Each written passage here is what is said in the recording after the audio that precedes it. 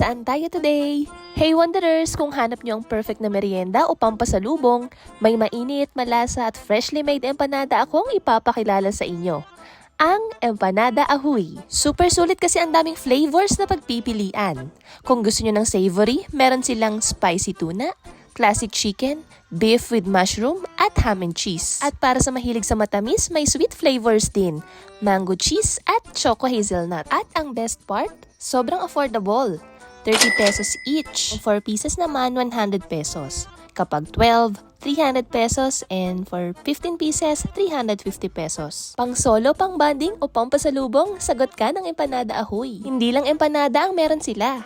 Try nyo na rin ang kanilang pampalamig. Meron silang Coke Float, Fruity Soda, and ice cream treats like sugar cone, sundae cup, at Graham ice cream bar na super creamy at hindi masyadong matamis. At kung mahilig kayo sa kape, meron din silang hot and iced coffee.